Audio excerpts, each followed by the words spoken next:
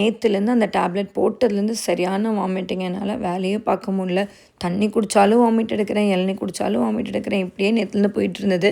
But morning லஞ்சுக்கு பிரேக்ஃபாஸ்ட்டுக்கு பண்ணி தானே ஆகணும், பாவம் இல்லை பசங்க அப்படின்னு சொல்லிட்டு காலையிலேயே எழுந்திரிச்சு ஒரு 5:30க்கெலாம் எழுந்திரிச்சிட்டேன். ஏன்னா வாமிட் எடுத்து பிரேக் எடுத்தால் கூட பிரேக் எடுத்து சமைச்சிடலாம் அப்படின்னு சொல்லிட்டு பீட்ரூட் பொரியல் வச்சுட்டு முருங்கைக்கீரை பொரியல் பண்ணிவிட்டு மொச்சக்கட்டை குழம்பு வச்சுட்டு கூட சாதத்தை வடிச்சிட்டேன். ஃப்ரூட்ஸ் எல்லாம் கட் பண்ணது கதிர் தான், தேங்காயெல்லாம் அரைச்சி கொடுத்தது அவர் தான். உண்மையாலுமே இவங்க 2 பேரும் எனக்கு கொஞ்சம் ஹெல்ப் பண்ணனால இன்றைக்கி ரொம்ப பரவாயில்லையாக தோணுச்சு. சாணுக்கு எப்பயும் போல் நானே பேக் பண்ணிட்டேன். அவங்க 2 பேத்துக்கு என்னால் பேக் பண்ண முடியல. அதுக்குள்ளே வாமிட் வந்துச்சுன்னு வாமிட் பண்ணிவிட்டு நான் போய் உட்காந்தோன்னே, அம்மா ஏதாவது அப்பப்போ சாப்பிட்டுட்டே இருமா, வாமிட் வருதுன்னு சாப்பிடாமல் இருக்காது, எனக்கு ஒன்றை பற்றி மட்டும்தான் ஸ்கூலில் ஞாபகமாக இருக்கும், சேஃபாரு நல்லா தூங்கு அப்படின்னு சொல்லி சாணு டைலாக்லாம் பேசிகிட்டு இருந்தது. அவங்க போனதுக்கப்புறம் பாத்திரத்தில் அப்படியே போட்டுட்டேன். செடிக்கு கூட தண்ணி ஊற்றலை. சாப்பாடு கூட சாணுக்கு கொடுக்குங்க, வெறும் உளுந்தங்கஞ்சியும் முட்டையை மட்டும் கொடுத்துட்டேன் மார்னிங்க்கு. அவங்க போனதுக்கப்புறம் நானும் தண்ணி பாட்டில் எடுத்துகிட்டு போய் படுத்துட்டு சுத்தமாக முடியல. வாமிட் பண்ணி எனக்கு வயிறுலாம் பயங்கர வலி. அதையும் தாண்டி ரொம்ப கஷ்டமாக போச்சு.